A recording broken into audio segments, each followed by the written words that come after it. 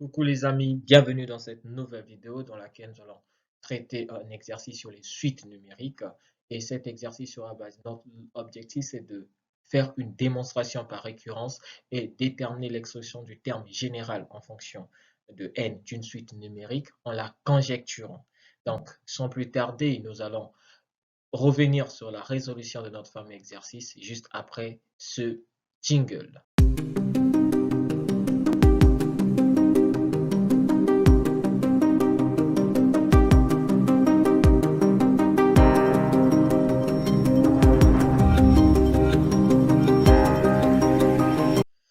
Bien, commençons avec la résolution de notre exercice.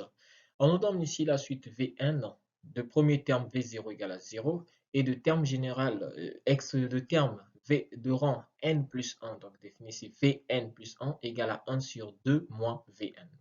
À la première question, on nous demande de calculer V1, V2 et V3.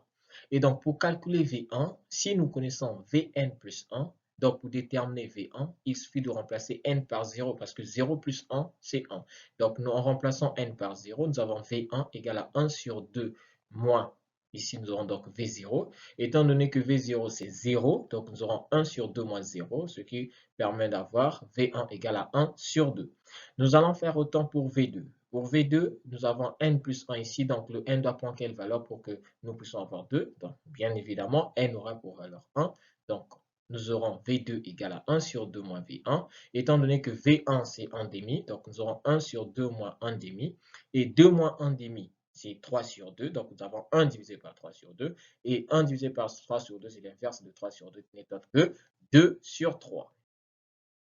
Et enfin, concernant le V3, nous avons donc n égale à 2. Du coup, ça donnera V3 égale à 1 sur 2 moins V2. Étant donné que V2, c'est 2 sur 3, donc nous avons 1 sur 2 moins 2 sur 3. Et 2 moins 2 sur 3, ce n'est autre que quoi? C'est 4 sur 3. Et V3 sera donc égal à quoi? À 3 sur 4, parce que l'inverse de 4 sur 3, c'est 3 sur 4. Et enfin, passons à la deuxième question où on nous demande de conjecturer une expression de Vn en fonction de n.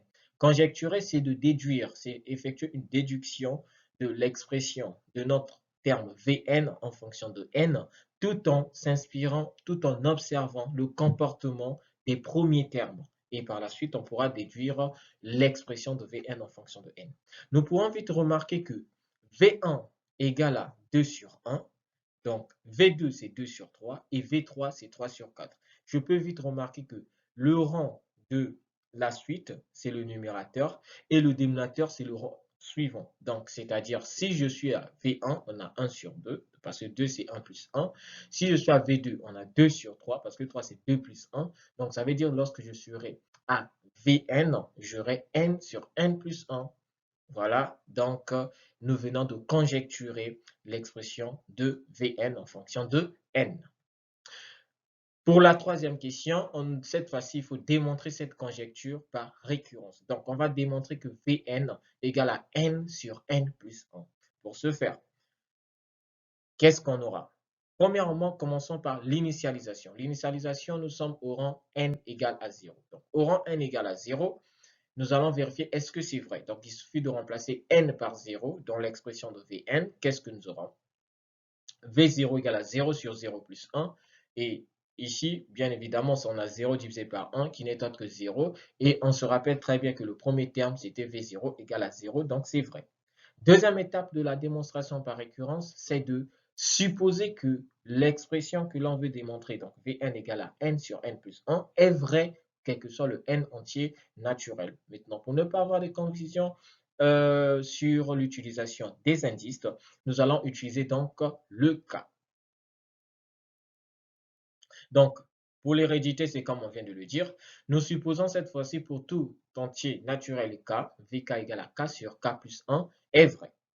Donc, la suite de notre expression, c'est de notre démonstration, tant pour moi, c'est de démontrer que pour tout entier naturel k, le rang suivant, c'est-à-dire Vk plus 1, est égal à k plus 1 divisé par k plus 2. Pour ce faire, nous savons tous que Vk plus 1 égale à 1 sur 2 moins Vk.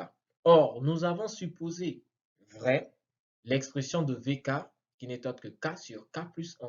Donc, on va remplacer ici VK par K sur K plus 1.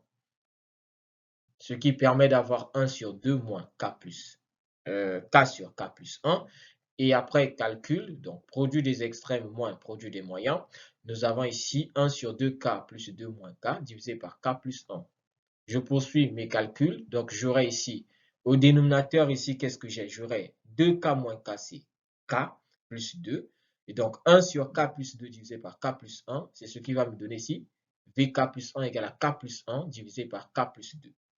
On vient donc de montrer que VK plus 1 est égal à bien l'expression qu'on voulait démontrer ici. Donc, autrement dit, K plus 1 divisé par K plus 2.